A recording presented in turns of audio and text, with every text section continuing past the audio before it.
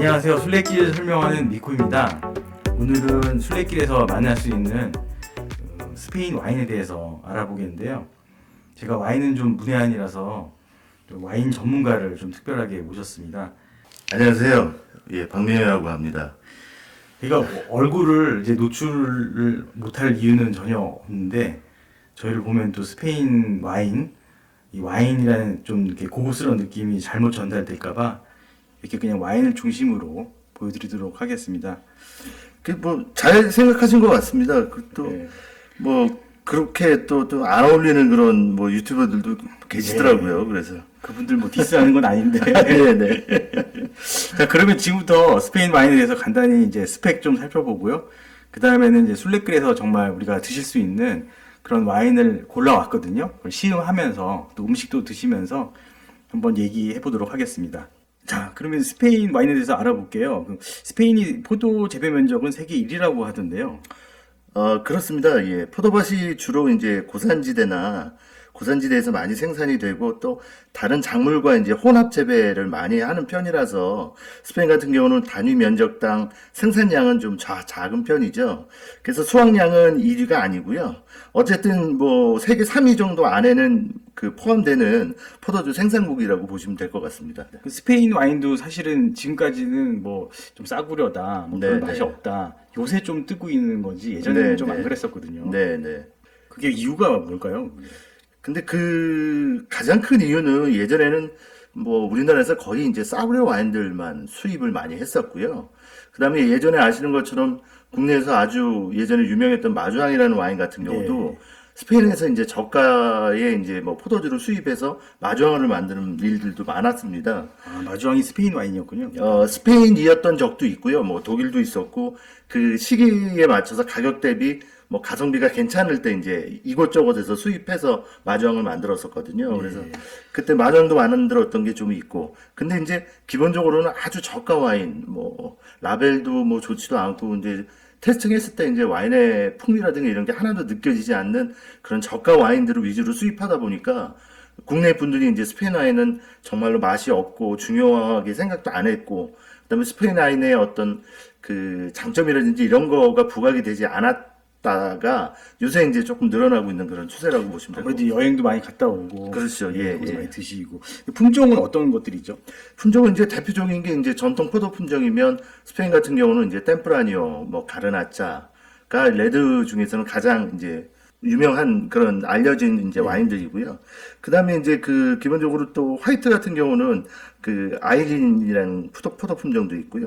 그 화이트는 이제 많이 알려져 있지는 않지만 몇몇 가지가 있습니다만 그 중에서도 제가 말씀드렸던 이 아이린 같은 경우는 전 세계에서 이제 포도를 재배하는 포도 수확량을 봤을 때는 전 세계에서 레드 와인이 이제 1, 2, 3위 정도고 4위가 이 아이린이라는 포도 품종을 많이 씁니다. 근데 이거는 이제 다용도로 쓰는 게 이제 스파클링으로도 쓰이고요. 그다음에 일반 편하게 마실 수 있는 이제 데일리 와인으로도 많이 스페인에서 많이 심어지는 포도 품종이거든요.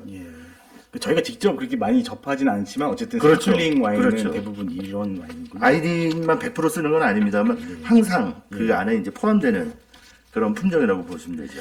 그러면 스페인 와인만의 특징이라면 어떤 게 있을까요? 사실 우리나라 사람들이 좋아하는 어떤 바디감이라든지 뭐 강한 향이라든지 뭐 이런 것하고는 조금 뭐 그런 스타일보다는 음식과 좀 잘 어울리고 또 가성비가 좋고 그런 특징이 있다고 보시는 게 더 편하실 것 같고요. 스페인 와인 이제 구매를 할 때 보통 이제 프랑스 와인 같은 경우는 등급이 있잖아요. 등급을 보고 하는데 스페인은 보통 어떤 걸 보고 구분하나요? 그래서 지금 스페인도 원래 이 등급 체계를 만드는 거는 거의 프랑스 등급 체계를 거의 그대로 갖다 베꼈거든요. 그래서 나중에 이제 이 등급 체계도 생기게 됐고 그러다 보니까 프랑스처럼 아주 엄격하게 관리하고 등급별로 체계적으로 일정 조건을 충족해야만 이제 와인을 생산할 수 있다는 그런 거에 대한 관리나 이런 게 아주 미흡합니다, 지금도. 그래서 등급은 얘네들도 여러 가지를 나눠 놨긴 했지만 지금 그것보다는 스페인 와인들은 이제 등급보다는 얼마나 숙성이 되었는지의 숙성 정도를 보고 이제 와인을 좀 분리를 하고 그렇게 해서 고르는 게 더 쉽거든요. 그래서 보통 이제 가장 저가대가 이제 비노 호벤이라는 거 있고, 예. 그 다음에 크리안자, 그 다음에 레제르바, 그랑리제르바, 예. 뭐 이렇게 나눠져 있고요.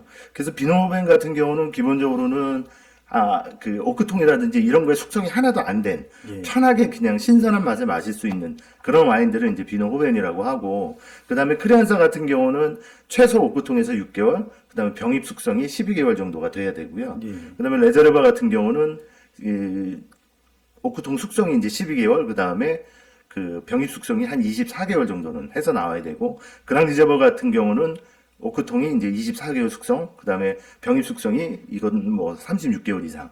예. 그렇게 됩니다. 그러니까 비노호벤 같은 경우는 뜻 자체가 네. 젊은 와인이다 뭐 이런 뜻인 것 같아요. 네, 제가 네, 스페인어 조금 네, 배웠는데. 네, 네. 그리고 이제 바에 가면 크리안사나 레제르바 요 정도까지 보통 있거든요. 네, 네. 그랑 레제르바는 이제 조금 비싸니까 있다 하더라도 잘 선택을 안 하는데 거의 그러면 스페인에서는 비노호벤은 잘 안 파나요? 바에서?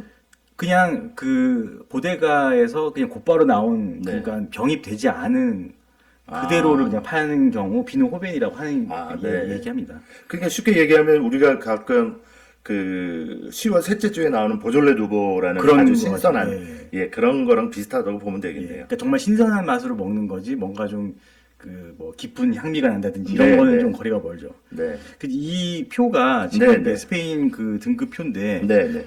제가 한번 읽어보겠습니다. 그러십시오. 예. 제가 읽기가 조금 예, 좀 어려워서. 저도 유딩 수준이지만 네, 어쨌든 네. 맨 밑에 있는 게 비노델라 띠에라. 네. 그러니까 뭐 지역 와인 뭐 네, 네, 그런 네. 뜻인 것 같고요. 비노데 깔리다드 콘 인디카시온 헤오그라피카. 네. 예. 그 위에가 데노미나시온 데 오리헨. 네. 그다음에 데노미나시온 데 오리헨 깔리피카다. 네. 예, 어렵네요. 그다음에 메뉴가 비노데 빠고. 빠고, 예. 그래서 저도 기본적으로 뭐 와인 업자긴 합니다만 밑에 두 단계는 뭐 거의 잘 보지도 않고요. 예. 그다음에 이제 DO, 그다음에 DOC, 그다음에 이제 빠고라고 하는 그 위에 급은 그래도 좀 아는 편이죠. 예. 근데 이제 이 DO라고 되어 있는 이제 중간 부분은 블란서 와인으로 따지면 이제 DOC의 예. 그랑 비슷한 급이라고 보시면 될 것 같고요. 예. 그다음에 위에 있는 DOC 같은 경우가 이제 좀 더 좋은 고급 와인들, 예. 또 지역적으로 그 할당을 받아서 이제 그 고급 와인 산지에서 나오는 와인들만 이제 정원해 온 거. 예. 그다음에 이 빠고 같은 경우는 생긴 지가 얼마 되지 않았습니다. 예. 근데 이 그 중에서도 또 지역하고 특별히 이제 좋은 와인한테만 이제 이 빠고라는 예. 어떤 그 상태에 이제 해당을 하면 이 빠고라는 이 등급에 들 수 있게 되죠. 예. 그래서 지금 현재는 이제 36개 지역에서 빠고에 이제 특별한 그 와이너리들이 선정이 되면 예. 그 이게 이제 지역도 지역이지만 그 안에 이제 잘 만드는 와이너리가 지정이 되는 거거든요. 빠고라고. 예. 그래서 아직까지는 이제 36곳이 있는데 근데 사실 그러면 그 36곳이 아주 균등하고 어느 정도의 그 품질의 이제 와인을 만들어내냐 그러면 또 그 사이에 또 비교해 본다면 좀 떨어지는 데도 있고 그러니까 이 빠고라는 것도 아주 100% 우리가 신뢰할 수는 좀 없는 부분은 있어서 프랑스의 그랑키르 정도는 이게 안 되는 거죠. 그 정도를 목표로 하고 있는 거죠. 네. 하지만 이제 실제로는 근데 사실 블란서드 같은 경우도 그랑크루라고 우리가 흔히 아는 특등급 와인들이 그 1982년도에 이제 등급을 정해놓은 거라서 어떤 거는 물론 이제 거기서 이제 물론 1등급 와인들이야 물론 최고의 와인이지만 어떤 와인은 3등급이고 어떤 와인은 5등급일 때 5등급 와인이 지금은 또 훨씬 좋아진 것들이 많으니까요. 예. 그래서 그 지금 뭐 사실 블란서 와인 등급도 100% 믿을 수는 없다는 예. 그런 뭐 그런 부분은 있으니까 예. 그거하고 이제 좀 비슷하게 이제 스페인도 이제 그렇게 해나간다고 보는 게 더 맞지 않을까 스페인 싶습니다. 그 등급이랑 그 다음에 이제 숙성 정도, 네. 크리안사냐, 뭐 레제르바냐 그 네. 두 가지가 이제 다 표기가 돼 있고, 그렇죠. 그걸 가지고 이제 판단을 하면 되겠네요. 네, 네. 그리고 그 아까 제가 말씀드렸던 것처럼 DO 등급 같은 경우는 그 뒤에 이제 백라벨을 보시면 그쪽에 이제 그 마을 DO 인증을 받은 마을에서 생산했다는 스티커를 붙이게 돼 있거든요. 예. 그래서 와인을 고르실 때 앞에만 봐서 잘 모르시면 뒤 백라벨을 보시면 어떤 마을에서 생산했고 그 와인에 대한 그 세세한 정보가 좀 적혀 있거든요. 그래서 예. 와인을 고르실 때는 그 백라벨을 보시는 것도 필요하실 수도 있습니다. 예. 그 이번 시간에는 아무래도 순례길에서 만나는 그 와인이기 때문에 네, 물론 순례길은 스페인 전역에 있지만 네, 네. 제가 주로 이제 소개해드리는 순례길은 프랑스길이거든요. 네, 네. 그래서 제가 지도를 좀 찾아봤어요. 네, 프랑스길에서 만날 수 있는 와인 산지가 굉장히 많더라고요. 네. 이렇게 뭐 그 프랑스 길이 그 스페인의 그 북부 쪽을 이렇게 관통하는 길인데 네네. 예, 동쪽에서 서쪽으로. 네. 그래서 제가 사실은 순례길 걸으면서 거의 뭐 매일 봤다고 할 정도로 그 포도밭을 많이 봤거든요. 네. 그래서 제일 먼저 그 나바라랑 리오아라는 지역을 지나가거든요. 네네. 예, 이쪽도 유명한 산지죠. 그럼요. 기본적으로는 가장 유명한 지역이고, 또 가장 이제 DOC 등급을 얻은 쟁취한 그런 지역 자체가 이제 리오가 가장 먼저니까요. 예. 그리고 사실 그쪽에서는 이제 고급 레드 와인을 거의 주로 만드는 지역입니다. 물론 화이트 와인도 가끔 나오긴 합니다만, 거의 90%가 이제 레드 와인만 다 만들고요. 그럼 품종은 품종은 이제 거의 템프라니오가 다 주품종입니다. 예. 물론 블렌딩을 하긴 하는데 템프라니오 품종을 100%로 만드는 와인도 있고요. 예. 그 다음에 아까 말씀드렸던 뭐 가르나차를 약간의 이제 비율로 이제 블렌딩을 한다거나 섞어서, 예. 그렇죠. 그렇게 해서 많이 이제 생산하는 그런 지역이죠. 예. 근데 이렇게 많은 지역을 다니긴 해도 네. 제가 순례길에서 마셨던 거는 사실 거의 80% 이상이 리오아 와인이었던 것 같아요. 네. 예.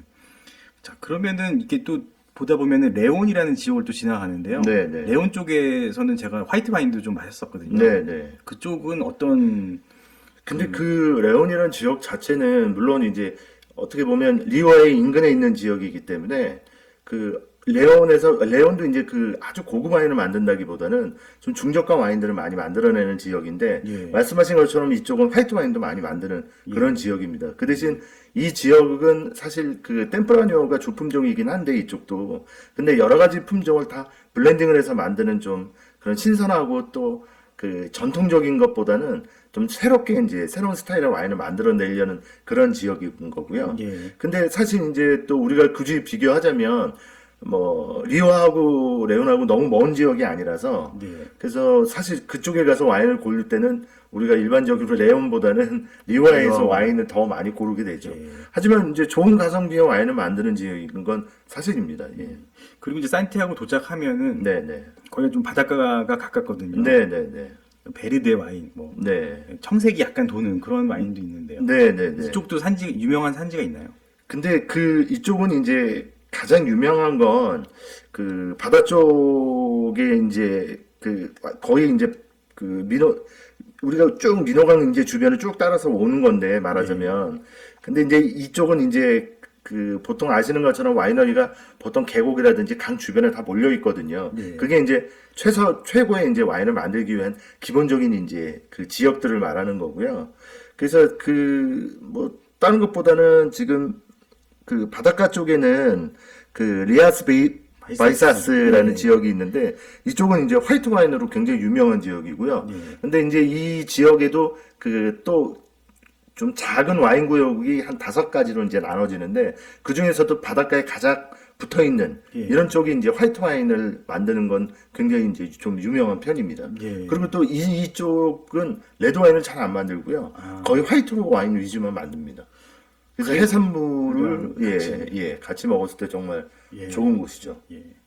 그러면 이제 오늘 이제 저희가 시음할 거는 네, 어떤 네. 품종들인가요? 지금 그래도 아까 말씀드렸던 것처럼 대표 품종이 있는 게 좋을 것 같아서 오늘은 가라나차 100% 와인 하고요. 예. 그다음에 템프라니하고 가라나차 블렌딩한 예. 그랑 리저브 와인 한 가지. 그다음에 또 요새 국내에서도 많이 이제 드시고 많이 알려졌지만 이제 스페인에서 생산하는 이제 스파클링을 까바라고 하는데, 그 까바 한 가지 이렇게 이제 하고, 그 다음에 이제 리오아의 대표적인 와인 또 한 가지, 이렇게 4가지를 테이스팅하는 걸로 하겠습니다. 그래서 저도 이제 음식을 좀 제가 직접 만들어 봤거든요. 네네. 그래서 이제 아무래도 샴페인이 아니라 스파클링은 전식에 어울릴 것 같아서 네네. 뿔보를 준비했고요. 아, 네. 그 다음에 가르나차를 본식으로 네. 해서 가르나차는 스테이크. 네네. 예, 잘 맞겠죠, 스테이크.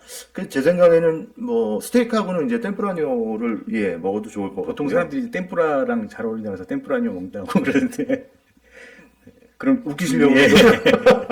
그러면은 바꾸겠습니다. 그러면은 네. 템프라뇨를 스테이크랑 먹고, 네네. 그러니까 감자튀김을 했는데요. 그러면은 가라나차하고 잘 맞을 것 가르나차랑 같습니다. 하고 그렇게 해서 이제 오늘 한번 시음을 해보도록 아, 하겠습니다. 네. 예.